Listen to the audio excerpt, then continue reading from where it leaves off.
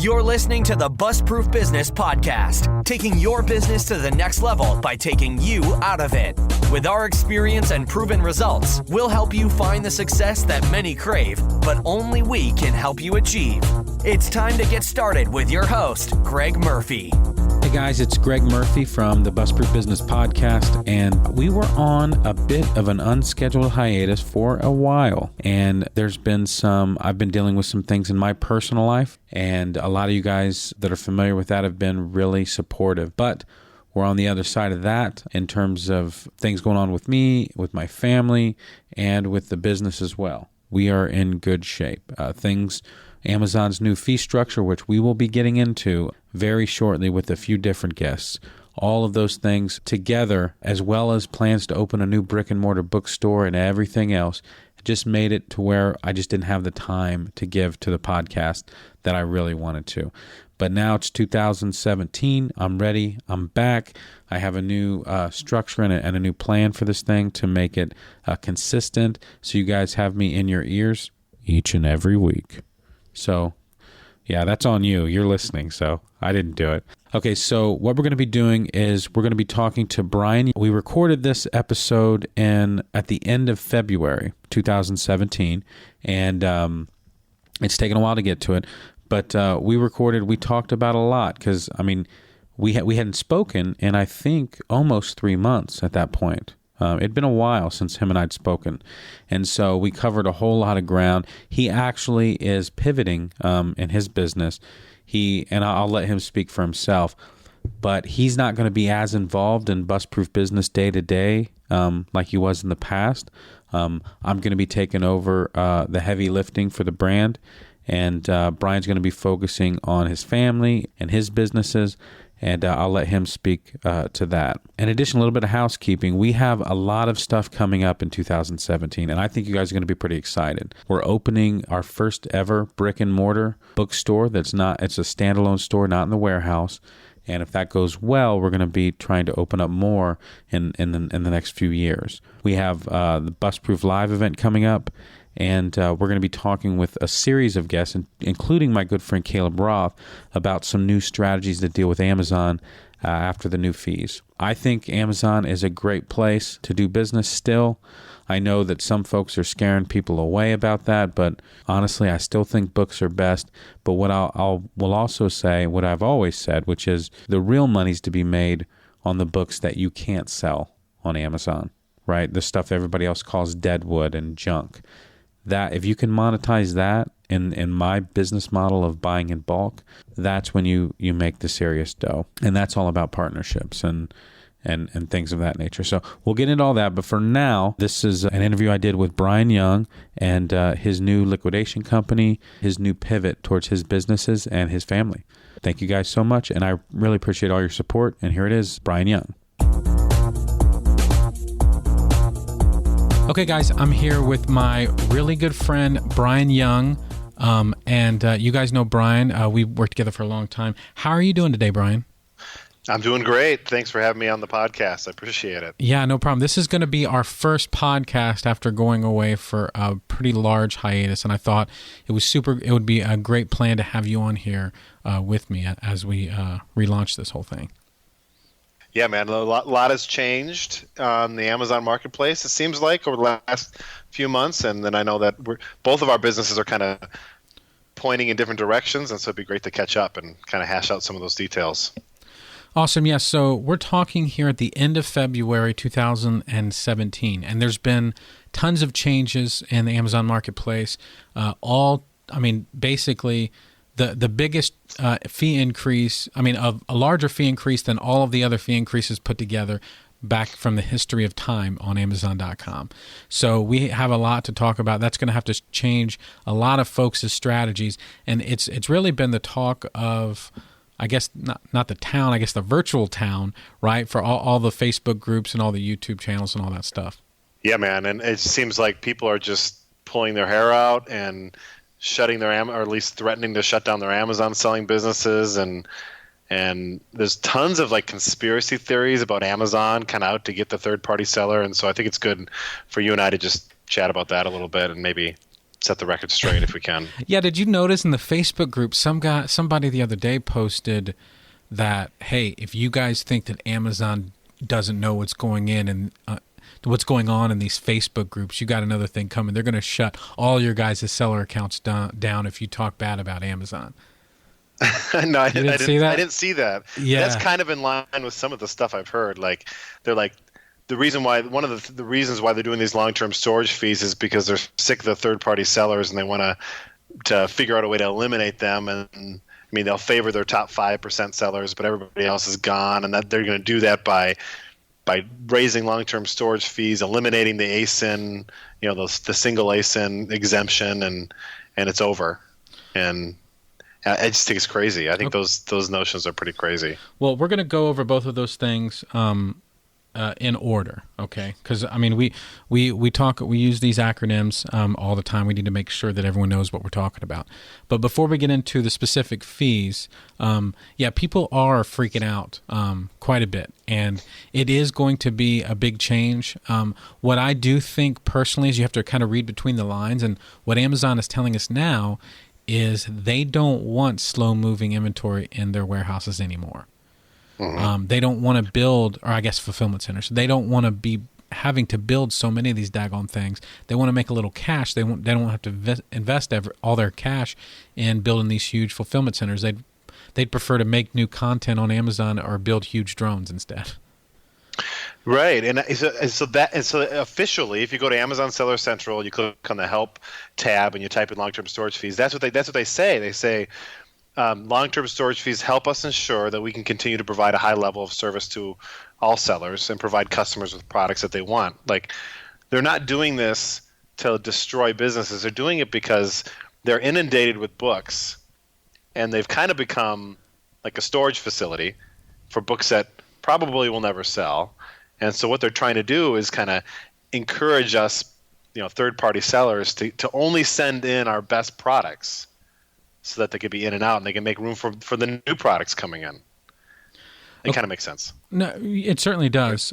It is a bummer that they implemented these changes the way they did, since normally when they make these kind of big changes, they allow you to do some free removals to kind of so that you don't have to pay the big brunt of these fees if for the because of the changes that they make.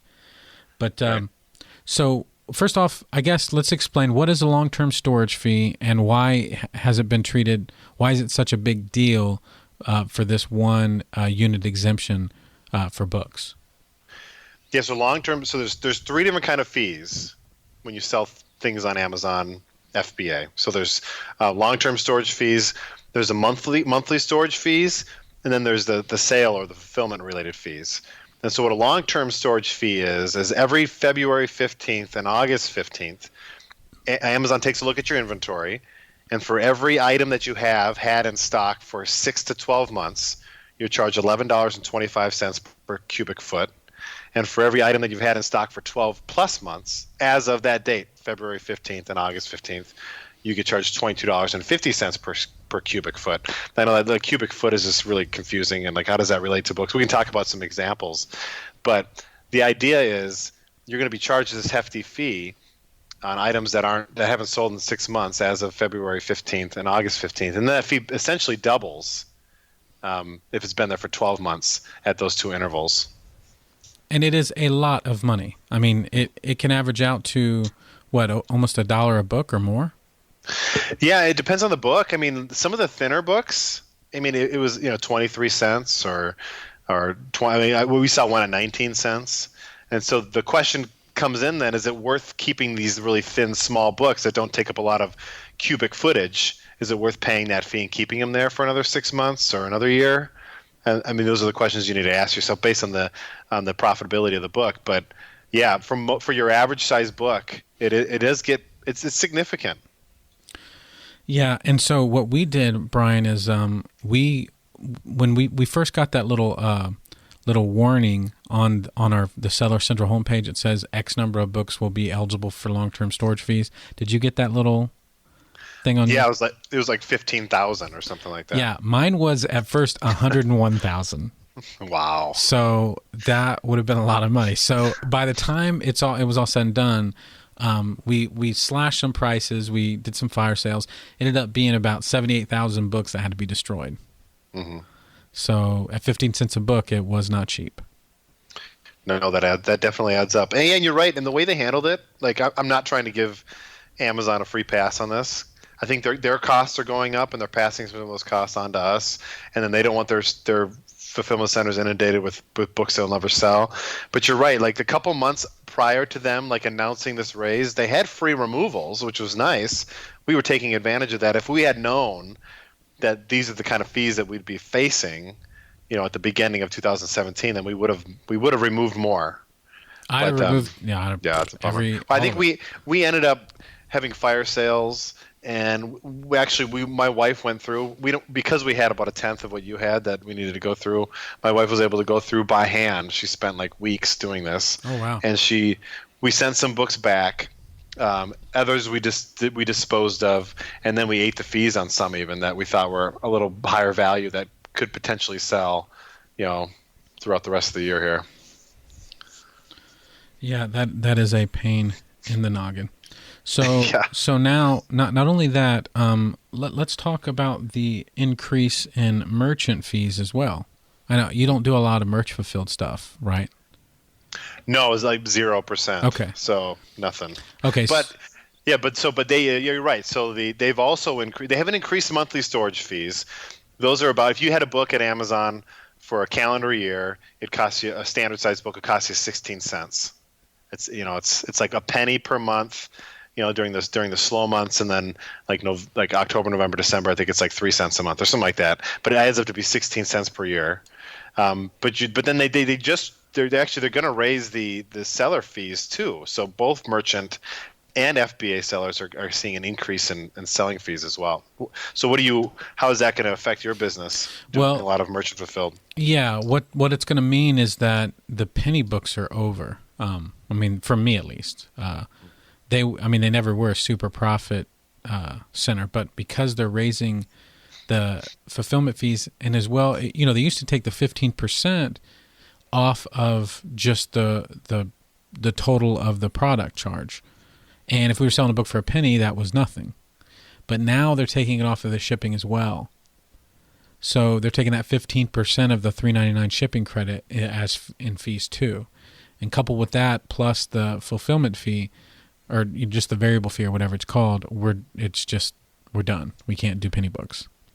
So why do you think? Do you have any theories of why Amazon would do this? Because I understand fulfillment related fees when it comes to FBA products because it's at their warehouses.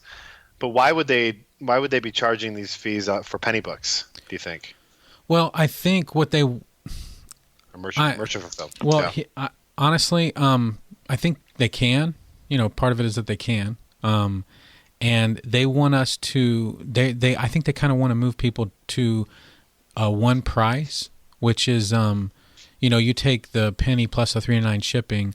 They want to just show customers the landed price, and so I think they're pushing us to offer free shipping, right? So that it's just a $4 plus with free shipping. So there's no shipping cost, and when they do that, they can then justify that extra 15% on that shipping revenue. Gotcha. Yeah, because even though the consumer is paying the same, they're paying $4. It sounds better. It makes Amazon look better if they say free shipping, maybe. So maybe it's a marketing ploy. The other thing that they're allowing you to do, and this is not going to work for businesses like mine, but for bigger companies, you're going to be able to say, hey, we're going to have different shipping options for different parts of the country. And we're going to be able to offer seller fulfilled Prime to only places that are within 100 miles or 150 miles of where my warehouse is located. And that can be a big deal if you have 5 or 6 different warehouses located across the country. You're then able to do some of that seller fulfilled Prime and get the products there really, really quickly for cheap. Right, and get that extra exposure by having Prime eligible products, right? Even though you're housing them and fulfilling them yourself. That's interesting. So that's kind of the tip of the iceberg. There's like our buddy Caleb Roth has a whole sheet about all the different fees and how this is going to affect everything. But basically, let's real quick, let's talk about your new strategies, because I knew before, obviously you're going to have to make adjustments. You have a staff that's out there looking for books for you to sell. You have that book flipping model where you have outsourcers that go out and find the books for you. So what kind of changes did you make because of these new fees? Yeah. So when I tell people about it, I think we've made some pretty big changes to our buying criteria, but the long-term storage fees was only one influencing factor. I think it's always important for any sustainable business to be trying to pare down and eliminate expenses and increase revenue. Like it makes sense. And so we're always looking for ways to innovate. We're always looking for ways to get cheaper books. We're always looking for ways to make our inventory more efficient on Amazon and to boost our cash flow. Like it's very important. And so our old criteria was we have a buy cost. We would buy the books for $2 or less. That was the requirement. They needed to sell on Amazon for $10.95 or more, and they needed to have a sales rank of 5 million or better. So that's the old criteria. The new criteria is the books need to have a buy cost of $1 or less, an estimated sale price of $14 or more, and they need to have a sales rank of 2.5 million or better. And so what we're doing is we're more focused and more purposeful in building relationships with thrift store managers and librarians than we ever have been before. Like the bulk of our books that we sourced before just came right off the shelf, and we'd stack coupons and deals and things on them, and we get some good, well-priced books. But we're kind of right around that $2 per book range. Now we're making the very purposeful shift to we'll pay up to $1, but that's forcing us to really build these relationships that are going to get us cheaper books. So the long-term storage fees issue has had an impact on that, but I wouldn't say it's the only reason why we're making these changes. Okay, that's really, and that's helpful too, right? For the folks that are out there as solo operators or out there in the field. Now, if you're doing this, since they don't have that cost of $1 a book that's going to the sourcer, if you're out doing it yourself, it wouldn't impact your margins to stick with that $2 and then selling it for $14. Right. I mean, that wouldn't be an impact on their margins if they're out doing the work themselves. Right. Yeah. And exactly. So if you're not paying $1 for a sourcer and 35 cents for somebody to list the books for you and a quarter for somebody to kind of manage the whole thing, then you can adjust your criteria accordingly.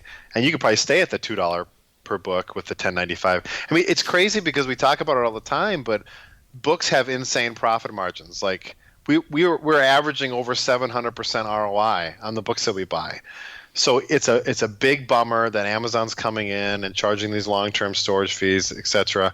But there's enough cushion in there to absorb these fees and still make a nice profit. And then also my buying criteria is very simplistic. There's 3 parts to it. But if you're sourcing, if the books that you're sourcing are primarily from like university liquidation centers or college campus bookstores, and maybe you're focusing on textbooks more than anything else. Maybe your average sale price is $20, $30, $40, $50. Mine's right around $14. Then your criteria changes might look a little different because you might you can accommodate for these fees in different ways. So ultimately, I think maybe the big impact is kind of the sales rank thing. I do really want to sell through my inventory in 6 to 12 months. And so I think that's probably going to have the biggest impact on everybody's buying criteria. But you really need to kind of take your own business model into consideration when making the changes. And I mean, for us, from a bulk perspective, I've been trying to move as much of as large a percentage of my revenue from my company off of Amazon as possible through, the local book sales and through, selling off truckloads of retail type books to other companies. I've been trying to do as much business as I can off of Amazon, even eBay. We've made a big push at eBay to diversify so that, we're not so beholden to these big changes at Amazon. And honestly, this is actually something I was planning on doing anyway, is getting rid of some of these marginal books. Because, instead of trying to make, $1 or $2 on a book on Amazon, to instead just try to sell that locally in my used bookstore, and hopefully soon to my 100 other used bookstores that I build, just like Ray Kroc. Have you seen that? Brian? Yeah. I got to ask you. Did you see The Founder yet? I did. That's one of the movies that I wandered into a few weeks ago. Oh, is that not an awesome movie? Well, have you read E-Myth by Michael Gerber? I have, yeah, I have. He talks about Ray Kroc in that book quite a bit. Like I think it's either chapter 2 or chapter 3. I listen to a lot of audiobooks because I'm driving a lot, and my jaw like hit the floor because I was listening to Ray Kroc's business model, and it just amazing. And but that's the thing is what you're doing is you're taking your book selling business to the next step. Like a lot of people, and I'm guilty of this sometimes too, Amazon's our only avenue to sell it, and everything else just kind of gets thrown away or overlooked. But the way to really build a big sustainable business is to have a multifaceted approach. And so I love what you're doing. You got a bookstore, maybe multiple bookstores. You're selling on eBay. I think you're selling on some other online platforms as well. You're finding lots of creative ways to make money, to squeeze every penny that you possibly can out of these loads you're buying. I think that's huge. It really takes a lot of the authority and the power that Amazon might have over you as an Amazon seller out of the equation, because you're not 100% dependent upon them anymore for revenue. And I think really like what really gave me kind of a light bulb moment was hearing so many people in our community talk about deadwood books or firewood or garbage books or all the stuff that can't be sold on Amazon is automatically junk, where you and I have been, I'm sure you've been to hundreds of bookstores, scanned tens of thousands of books, if not more, and the vast majority of these books in these bookstores that you're scanning are no good online. That does not mean that right after you leave, some little old lady or some whoever is going to come in and buy that book for $5 or $6 from the bookstore. Right. Yeah, so taking advantage of that. And so what I like about your business is that you have multiple businesses, but they're all kind of integrated into one main business. So they all kind of support each other. And I think that's a lesson. We were talking a little bit offline, and my struggle was I had kind of 3 separate businesses going that weren't very connected to each other, and so I felt like I was being pulled in multiple directions. But what we're trying to do now is have one core business and then have a bunch of other businesses that are separate entities, but they all kind of support the main business. And I think that's a great way to go about doing it. So I really like your book selling approach, the strategy. Well, let's move on then. Let's talk about that. We have been talking, and so you are making some really big changes in your businesses. I know that I know you are really mindful about how you spend your time.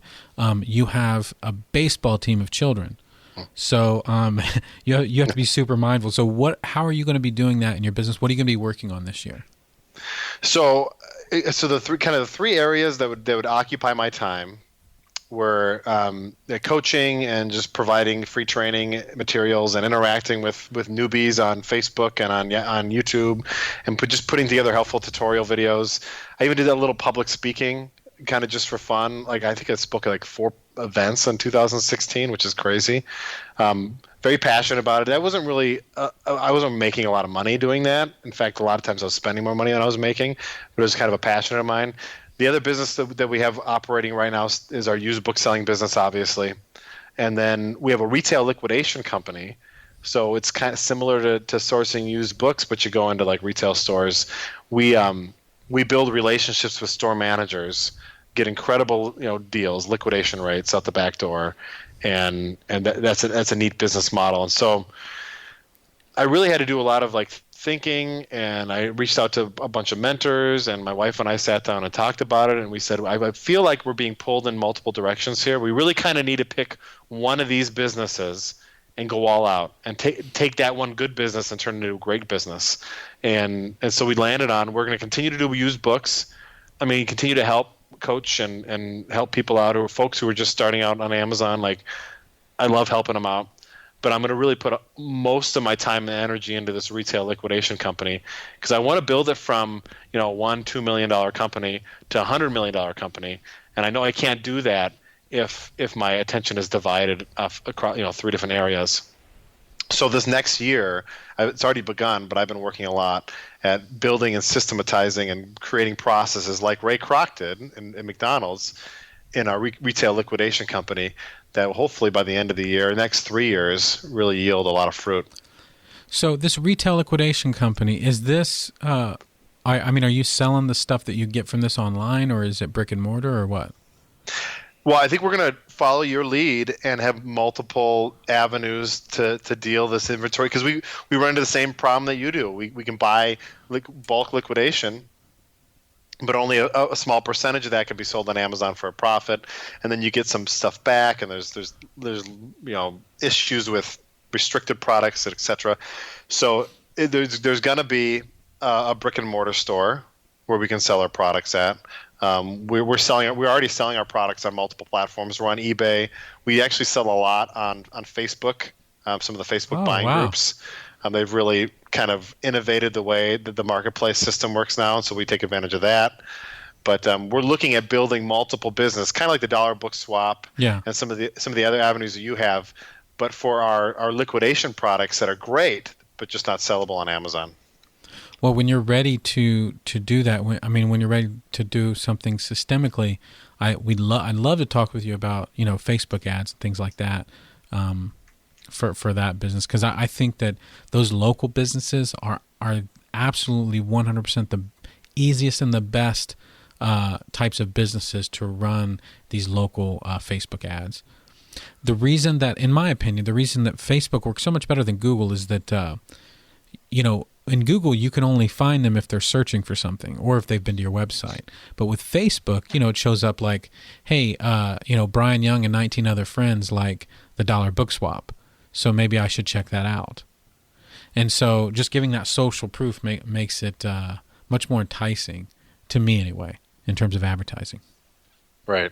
Yeah, and we've been thinking up a lot of creative ways to go about doing that. I mean, it's interesting. Our target market is very small. It's store managers, mainly of major retail stores in certain areas. So it's almost like we could really do some fun marketing with that. And I'd love to maybe on another podcast kind of run by you some of my ideas and get some feedback from you. Well, there's two different ways, right? There's you have to figure out places to buy the stuff, and then you got to figure out ways to get people into your store or onto your site to sell the stuff. So you have sort of two different audiences that you're working with. Exactly. Yeah. So I'm thinking of, so there's the one audience is the suppliers and the other audience is the customers. Exactly. Yeah. And that's an interesting challenge. That's pretty fun. Yeah. That's exciting stuff. So then I guess that takes us to Bust Proof Business. That's something that we have been working on together for a long time. I know that a lot of times it was hard for us to get together. It seems there's a very short window of time that we were both available. It was something between like 45 minutes and an hour a day if, the sun and the moon aligned right and your guys' internet worked and I could remember that was the time. So we had a hard time connecting. And so let's talk about the future of Bust Proof Business. Yeah, I mean, so I think I'm still very loyal to all the Bust Proof community for sure. I think, I look at all the communities that are on the internet, and I think our community is pretty amazing because there's a lot of people that show up and that are learning the information, but they're also taking action, which I think is just incredible. And so those are the kind of people that I'm willing to sacrifice my time to help. So I'm still gonna be around. I think the way that our partnership is going to kind of change a little bit is that maybe I can't really commit to maybe doing some of the live events and things, at least in 2017. And so for people that are used to kind of seeing Greg and I interact on a regular basis, that might change a little bit over the next couple of years. But but we're still partners. We're still friends. We're still got each other's back, and so I know that's not going to go away for sure. Certainly not. So you're saying right now that you might not be able to make it to Bust Proof Live here in Dayton this year? I might not be. It's kind of up in the air. Okay. It all depends. Like literally, I want to put all my. I mean, I've been working like 12-hour days, 4 or 5 days a week on this retail liquidation company, and I'm giving it my all. I literally want to have it be one of the premier liquidation companies in the Midwest Awesome. within the next 5 years. Like I'm not messing around. And so if we get to the point in the business where I feel like I can step away for a weekend and come and join you, then I definitely will. But I just kind of want people to know that's kind of where I'm at. If nothing else, we can at least get your head up on the screen. We can maybe we can get you for a Skype call for an hour or so during the event. Sure. Hopefully that would be able to happen at least. At minimum. Awesome. That's great news.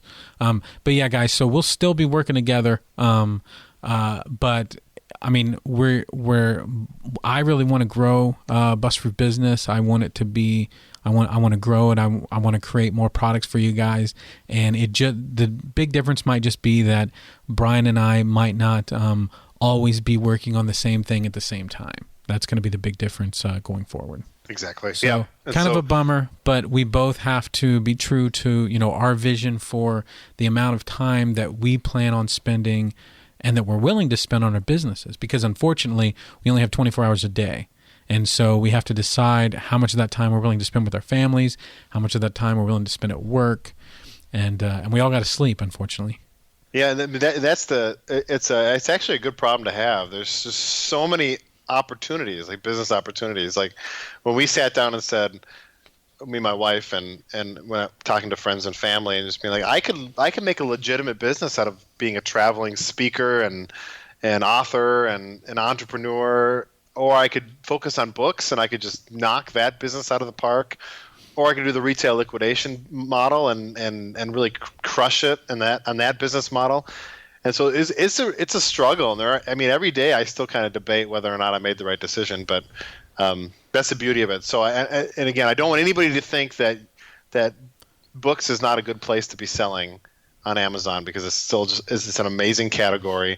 We're still going to do books, but again, like I said, we're just going to put more of our time and extra energy into the retail side of our business. And that's the reason we built Bust Proof Business. I mean, your book company can maintain where you're at without your day-to-day involvement. That's correct?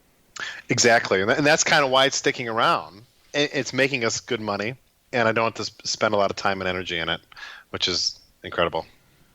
Yeah, and that was not easy, right? I mean, that took a lot of time, a lot of effort to make that happen. Yeah, I mean, it's just finding the right people and building a system and having a good criteria. And I mean, if you do that, then it does kind of operate on itself. It does require that I check in every once in a while, but I definitely don't have to give it the time and attention that I do some other things in life, which is neat. Terrific. Awesome. Well, that covered about everything, brother. Okay, Bryan. Well, thank you so much for joining us today. I really appreciate your time. Thank you for having me. It was a lot of fun. Yeah, I'll talk to you soon, buddy. All right, man. Bye-bye. That's all for this episode of the Bust Proof Business Podcast. Be sure to point your browser to bustproofworkshop.com to sign up for our mailing list and to get your opportunity to enroll in one of our specialized seminars, guaranteeing you continued results in typical Bust Proof fashion. Thanks again for joining us. We look forward to taking your business to the next level right here on the Bust Proof Business Podcast.